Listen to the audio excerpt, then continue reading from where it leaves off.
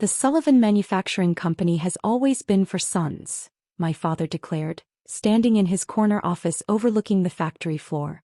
That's how my father ran it, how his father ran it, and how it will continue to be run. I stood before him in my carefully pressed suit, the business proposal I'd spent months preparing clutched in my hands.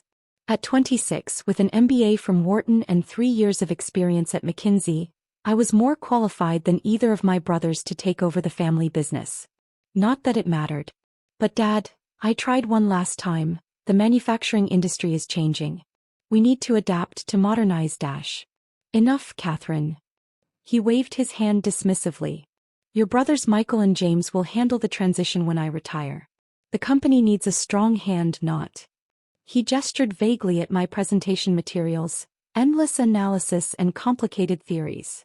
I glanced through the office window at my brothers on the factory floor. Michael was arguing with a supervisor about something, his face red with familiar anger. James was nowhere to be seen, probably still nursing a hangover from last night's client meeting. Those reports you're dismissing? I said quietly. They show we're losing market share to automated competitors. Our production costs are 30% above industry standard.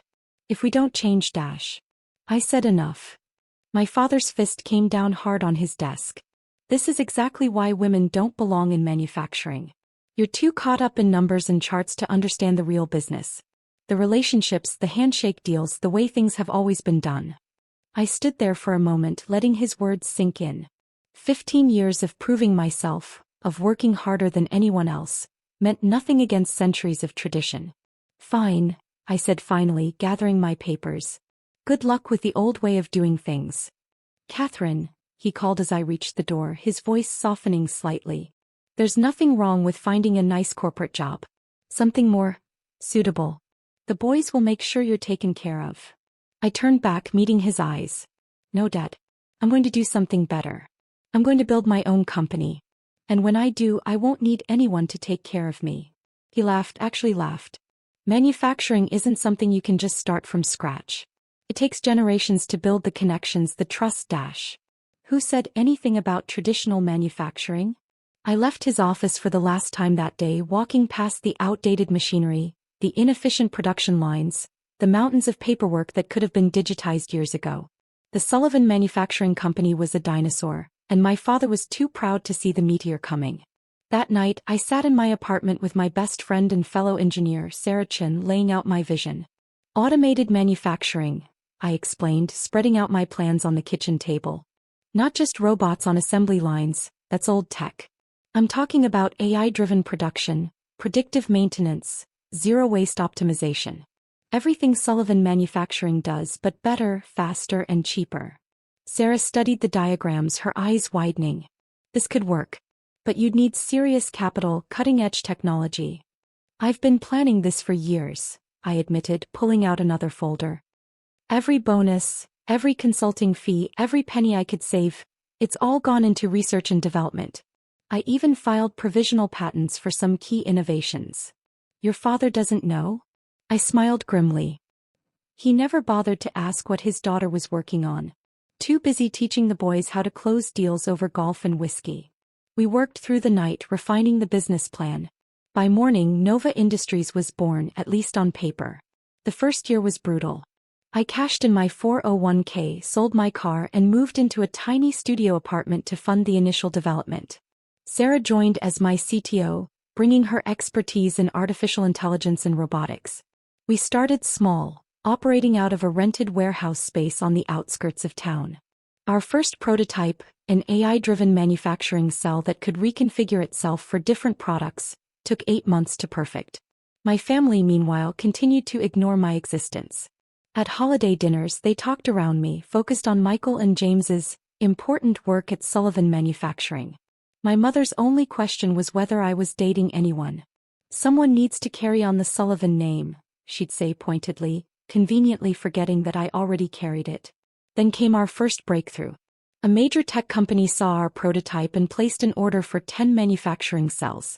The contract was worth more than Sullivan Manufacturing's entire annual revenue. I kept the news quiet, operating through shell companies and subsidiaries. Nova Industries grew steadily, attracting attention in tech circles but staying under the radar of traditional manufacturers. 3 years in, we revolutionized the industry with our adaptive manufacturing platform. While traditional factories needed weeks to retool for new products, our systems could switch production lines in hours. The orders started pouring in. I moved the company to a state-of-the-art facility across town from Sullivan Manufacturing. Sometimes, driving home late at night, I'd pass my father's factory and see the lights still on, knowing they were struggling to keep up with changing times. Sullivan Manufacturing posts record losses, read the headline in the local business journal. I kept a copy on my desk, not out of spite but as a reminder of why I'd started this journey. 5 years after being told I didn't belong in manufacturing, I stood in my own corner office, watching robots dance across the factory floor in perfect synchronization. Nova Industries had grown beyond my wildest dreams: 15 facilities worldwide, contracts with the biggest names in tech and automotive, and a reputation for being the future of manufacturing. Still, I kept my success hidden from my family. At Christmas dinners, I listened to Michael and James boast about deals that would turn everything around. They never asked what I was doing, so I never told them. Then came the day everything changed. Sullivan Manufacturing's biggest client announced they were switching to an automated supplier, specifically to Nova Industries.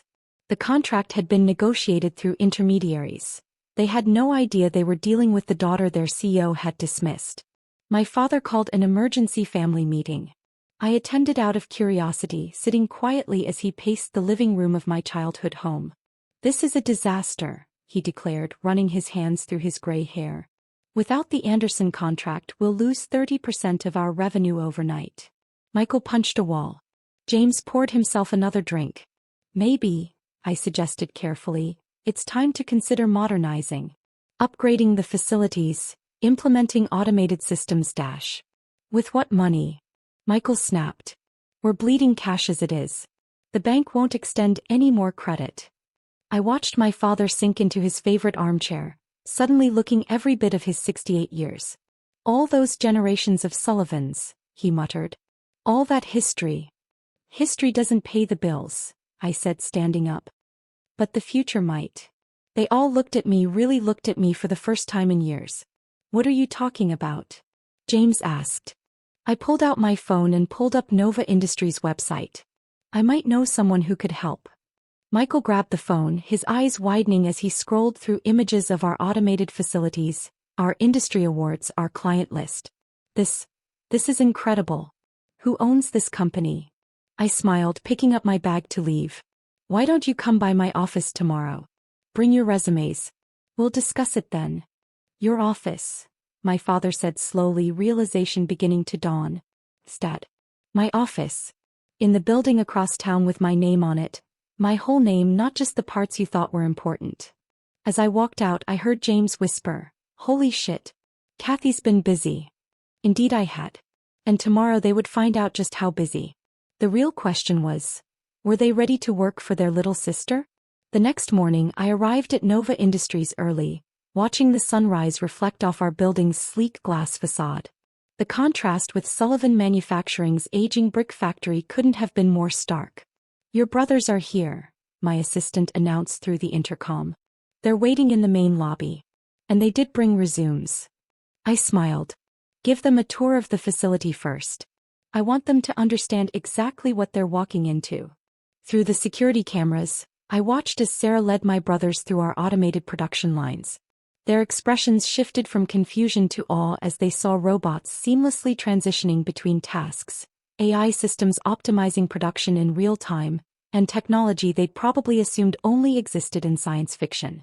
"Holy shit," I heard Michael whisper, his usual bravado completely gone. "This is next level." An hour later they were shown into my office. Both stopped dead in their tracks, taking in the view, the modern decor, and most importantly the awards lining the walls, including Manufacturer of the Year and Most Innovative Company. "Have a seat," I said, not looking up from my tablet where I was reviewing their hastily prepared resumes. They sat, James fidgeting with his tie while Michael tried to maintain his executive pose, though it looked more like a poor imitation now. "Interesting reading," I said finally, setting down the tablet. "Michael, you list yourself as VP of Operations at Sullivan Manufacturing, but according to your description, You mostly handle client relationships. Golf games and dinner meetings, I assume. He flushed. Those relationships are crucial to Dash. Were crucial, I corrected him. Before automation made personal relationships secondary to efficiency and reliability. How's that working out for you now? James cleared his throat. Look, Kathy Dash. Katherine, I interrupted. Or Miss Sullivan if you prefer. This is a professional meeting after all. Right? Katherine, he continued, swallowing hard. We know we haven't always treated you with respect, Dash. This isn't about respect, I cut him off. This is about qualifications. You're both applying for jobs at my company. So tell me, what exactly can you offer Nova Industries? They exchanged glances, clearly unprepared for this question. All their lives, things had been handed to them simply because they were Sullivan's sons. Now for the first time they had to prove their worth. I have 20 years of manufacturing experience, Michael offered. No, I replied calmly.